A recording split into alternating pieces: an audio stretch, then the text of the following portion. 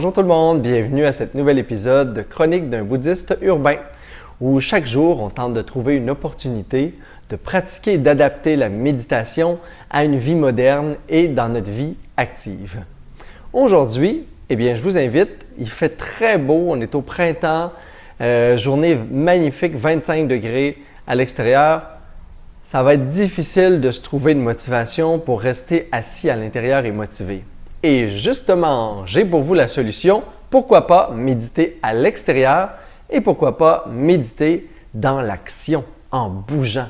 Et oui, que vous le sachiez ou pas, une des méditations les plus populaires en Orient et dans le bouddhisme, c'est une méditation marchée.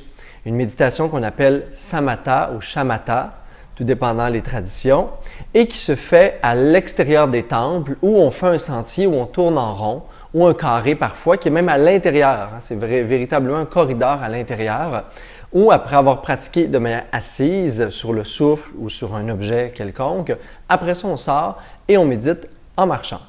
Alors si aujourd'hui, pour vous, c'est quelque chose qui a l'air impossible de vous asseoir immobile ou parce qu'il fait très beau dehors, vous voulez aller à l'extérieur, mais quand même continuer une pratique de méditation, je vous invite à cette pratique-là. Shamatha, ce que ça veut dire, c'est magnifique, une des plus belles traductions que j'ai trouvées, ça veut dire plénitude dans la paix. Cette pratique-là, elle vous permet de retrouver à chaque instant le sens, la beauté des gestes quotidiens, des petits gestes. On devient complètement présent, totalement conscient aux gestes qu'on est en train de faire. Fait que tu sais, le petit hamster là, qui part tout le temps vers le futur et qui ramène le passé, mais là, il s'arrête. Et dans le moment présent, tout s'apaise. Je suis celui qui est en train de verser une tasse de café. J'observe et j'ai la sensation de l'odeur du café que je peux humer, que je sois debout, assis, je l'observe. Je rentre dans cette attention, cette concentration à tous les petits détails de ce que je suis en train de faire en ce moment. C'est exactement ça, shamatha.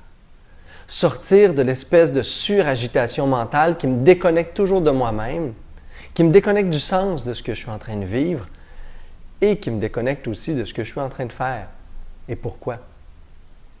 Et de la beauté qui est là, juste là, et de la paix qui est là, juste là, dans ce moment présent.